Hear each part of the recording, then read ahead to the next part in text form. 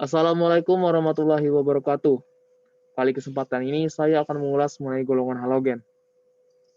Halogen, menurut etimologi berasal dari bahasa Yunani artinya pembentuk garam. Hals artinya garam dan gen artinya pembentuk. Mengapa demikian? Karena golongan halogen ini bila direaksikan dengan unsur logam akan membentuk butiran garam. Kelompok ini terdiri dari fluor, klorin, bromin, yodium, astatin, dan tenesin. Untuk lebih jelas di mana keberadaan golongan ini dapat kita lihat dalam sistem periodik unsur. Ini merupakan dari golongan 7A atau golongan halogen, setelah dari golongan oksigen dan sebelum golongan gas mulia. Mengapa golongan ini ditaruh di tempat ini dan mengapa fluor, klorin, bromin, iodin, astatin, dan tenesin ditaruh pada satu tempat yang sama? Itu dapat dijelaskan pada konfigurasi elektronnya. Konfigurasi elektron golongan 7A ini memiliki kemiripan yaitu S2P5. Lihat dari fluor sampai tenesin, kulit terakhir mereka terdapat 2S22P5, 3S23P5, 4S24P5. Sampai tenesin 7S27P5. Jadi semua golongan 7A ini kulit luarnya S2P5. Nah, kulit terluar ini yang S2P5 ini menunjukkan jumlah elektron di kulit terluar mereka juga, yaitu 7. Hasil tambah dari S-nya 2 dan P-nya 5. Untuk lebih jelas juga dapat dilihat pada konfigurasi Niels Bohr. Lihat, untuk F dengan subkulit 2 subkulit. Subkulit pertamanya berisi 2 elektron, sedangkan subkulit keduanya atau subkulit terakhirnya berisi 7 elektron. Begitu juga dengan Cl, bromin sampai tenesin, subkulit keluarnya berisi 7 elektron. Untuk keberadaan, fluor dapat ditemukan di kerak bumi sebesar 0,054%, klorin di kerak bumi sebesar 0,017%, di lautan 2%, dan di meteorit sebesar 0,037%. Bromin di kerak bumi sebesar 0,003% dan di lautan sebesar 0,066%. Iodin di kerak bumi sebesar 0,00049%, sedangkan astatin sekitar 25 gram ada di kerak bumi pada waktu tertentu. Sedangkan tenesin dia nihil ditemukan secara alami di alam karena tenesin merupakan unsur buatan di laboratorium. Untuk Cl dan bromin dia banyak ditemukan di laut dalam bentuk garam. Seperti yang saya bilang tadi, bila golongan halida reaksikan dengan logam maka dia akan membentuk garam. Itulah menyebabkan mengapa laut berasa asin. Sifat fisikanya, seperti yang ketahui menurut golongan semakin ke bawah, yaitu dari fluor sampai ke tenesin, maka jari-jarinya semakin besar, nomor atomnya semakin besar, sifat basanya semakin besar, dan sifat reduktornya semakin besar. Namun, semakin ke bawah, maka sifat oksigennya atau oksidatornya semakin kecil dan sifat asamnya semakin kecil, dan energi ionisasinya semakin kecil. Untuk sifat kimianya, dalam kelarutan dari fluor sampai tenesin sampai iodin, semakin kelarutan halogen ini berkurang. Jadi daripada iodin, fluor lebih mudah larut dalam air. Bahkan si fluor bukan hanya larut, namun dia juga bereaksi dalam air.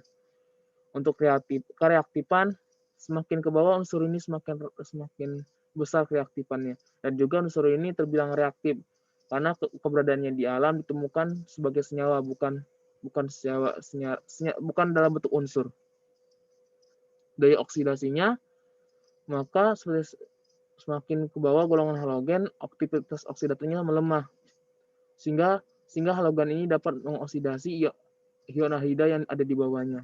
Seperti contoh di mana fluor dapat mengoksidasi si KCl, padahal di KCl terdapat golongan halida yaitu Cl. Lanjut. Uji nyala. Dikarenakan golongan halogen bukan logam, maka ketika diberi uji nyala maka tidak mengeluarkan warna api yang seperti kita lakukan pada golongan logam. Lalu untuk pembuatan unsur murninya, Klor bromide iodin dapat dibuat dengan cara elektrolisis dan juga reaksi redoks kecuali klor. Bagaimana reaksi elektrolisisnya? Reaksi elektrolis untuk klor, elektrolisis untuk klor, bahan digunakannya adalah itu asam klorida atau HF yang didapatkan dari kalium F2 yang direaksikan dengan H2SO4. Jadi dalam bentuk HF dengan bantuan CaF2 ini direaksikan dengan H2SO4. Baru si HF ini atau asam klor ini direaksikan dengan KHF2 cair. Hingga terbentuklah tadi ini si unsur F murninya. Sedangkan untuk klorin dibuat dengan mengelektrolisis natrium klorida atau NaCl, garam dapur, natrium klorida pekat, dengan menggunakan elektroda inert dan diafragma sebagai elektroda grafit. Maka kita lihat di sini merupakan si Cl-nya. Lalu untuk bromine didapat dari mengelektrolisis garam MgBr dengan menggunakan elektroda inert, yaitu ini Br2-nya, di mana katodanya adalah air, di anodanya adalah si bromine. Begitu juga dengan Cl tadi, di katodanya ada air, sedangkan di anodanya ada Cl. Ini salah tulis. Lalu untuk iodin dibuat dengan mengelektrolisis garam Na, natrium iodida, dengan menggunakan elektroda inert. Katodanya adalah air, anodanya adalah iodin. Ini adalah yang akan kita ambil unsur murninya. Untuk redoks, yang kita lihat tadi, redoks hanya dilakukan pada klorin, bromine, dan iodin. Jadi bagaimana redoks? Jadi si klorin ini sama bromin sama iodin ini dapat didapatkan dengan cara dioksidasi menggunakan MnO2 yang dicampur dengan H2SO4. Nanti dia akan teroksidasi membentuk unsur Cl, bromide, dan iodin. Nah, untuk astatin sama tenosin, mereka beda sendiri.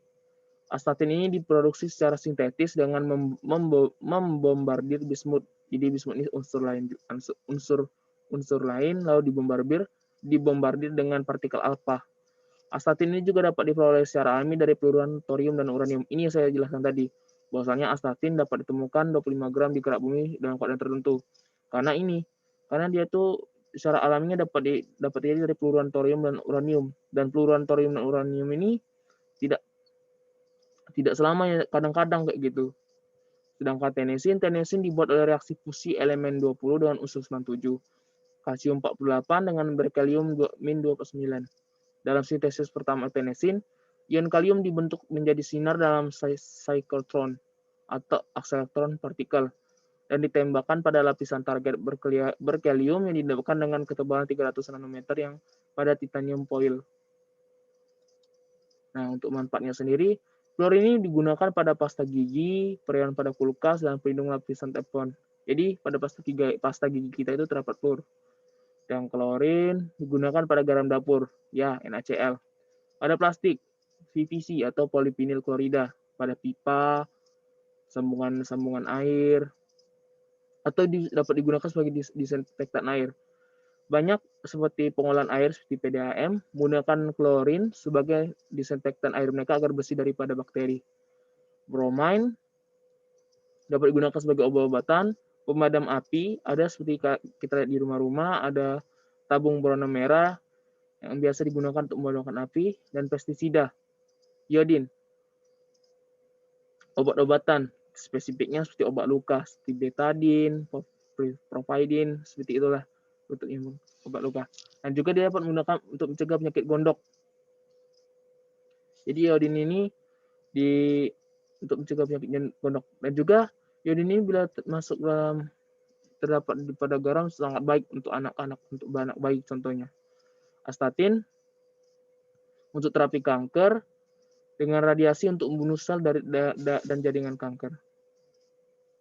Sedangkan untuk tenosin saya tidak bahas manfaatnya karena manfaatnya hanya untuk skala lab saja.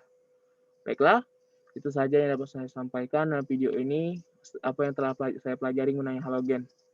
Bila masih ada kurang, saya mohon maaf. Pada Allah saya mohon ampun. Wabillahi taufiq wal hidayah. Wassalamualaikum warahmatullahi wabarakatuh.